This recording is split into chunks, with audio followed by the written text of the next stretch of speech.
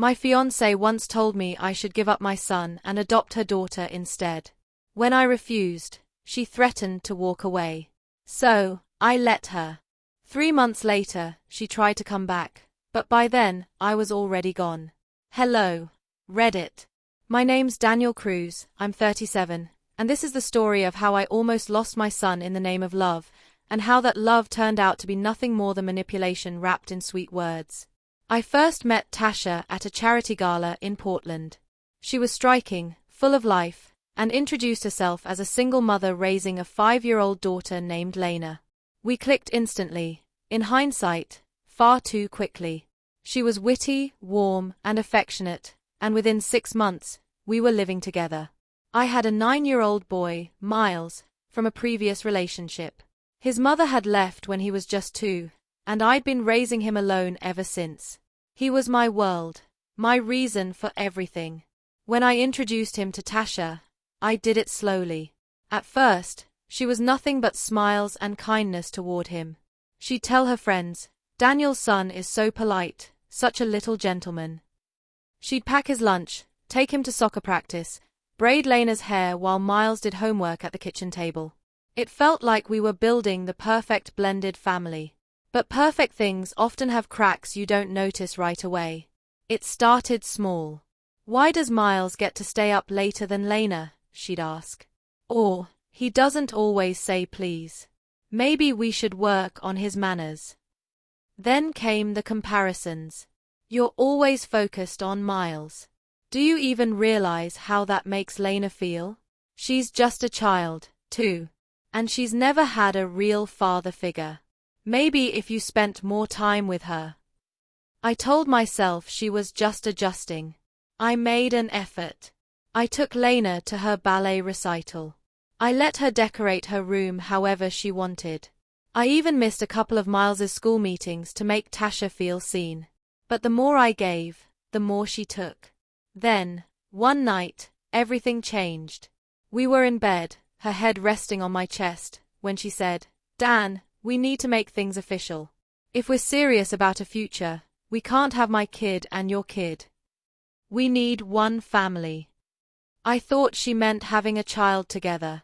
But her next words froze me. "I want us to adopt Lena legally. And I think Miles should go live with his grandparents. He needs to learn he's not always the center of your universe." I sat up. "You're asking me to send my son away? For what? Balance?" "No," she said, sharper now. "For fairness. You can't expect me to raise your son while mine always feels second best. Either we do this as one family, or not at all." I looked at her like I was seeing her for the first time. "You're serious?" "I'm protecting my daughter. Now you choose, adopt Lena, send Miles away, and we build a future, or I walk." She clearly expected me to bend like I had before. But this was my line. "Pack your things," I said. Her eyes widened like I'd slapped her. I walked out and slept on the couch that night. The next day, she was gone. The weeks after were hard, not because I missed her, but because I had to explain to Miles why she and Lena wouldn't be coming back. He asked if he'd done something wrong. I told him gently, "She wanted something I couldn't give, and I chose you. I'll always choose you." He just hugged me. But the story didn't end there. Almost exactly 3 months later, she texted, "Tasha, hey, can we talk? I made a huge mistake." I ignored it. Hours later, "I miss you. Lena misses you. We can fix this." What she didn't know was that 2 weeks before her message, I had learned the truth. Miles's teacher, Ms. Gutierrez, had called me in. I thought it was about grades. But her face was pale when I arrived. "Has anyone new been picking Miles up?" she asked. "No, just me." "Why?" She played a voicemail from the school's office phone. "Hi, this is Daniel Cruz. I'm authorizing my wife, Tasha, to pick up my son, Miles, today and from now on. Thank you." She had pretended to be me, trying to take my son.